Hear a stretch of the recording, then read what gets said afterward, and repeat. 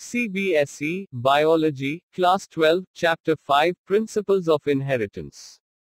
Let us learn the biology chapters through questions and answers, which most of the students prefer. Note that PG here is for page, PR for paragraph in your textbook. Questions are in yellow color while answers are white. How the F1 plants attain the heterozygous tall status? Gametes of the tall TT plants have allele capital T and the gametes of the dwarf TT plants have allele small t. During fertilization, these two alleles, capital T from one parent, say, through the pollen, and T from the other parent, through the egg, are united to produce zygotes having one capital T and one small t. In other words, hybrids have capital T, small t. Since hybrids contain alleles which express contrasting traits, these tall plants are heterozygous tall due to law of dominance.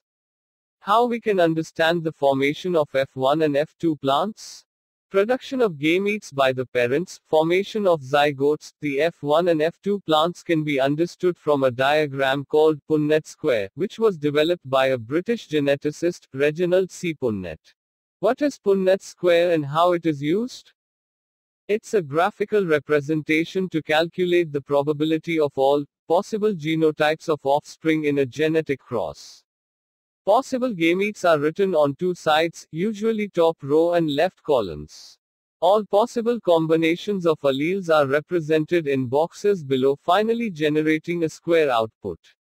From allelic pairs, phenotype can be known.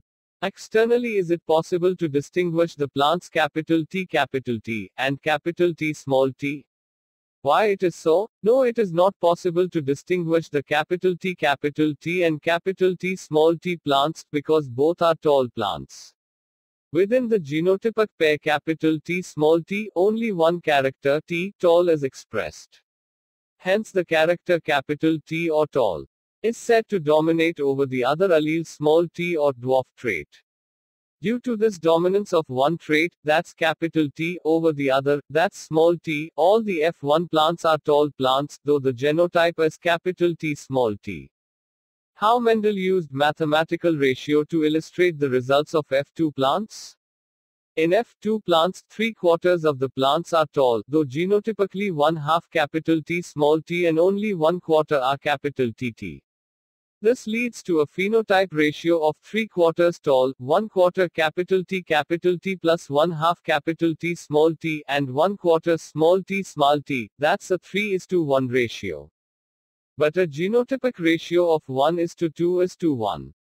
The 1/4:1/2:1/4 ratio of capital T, small t is mathematically condensable to the form of the binomial expression ax plus by squared.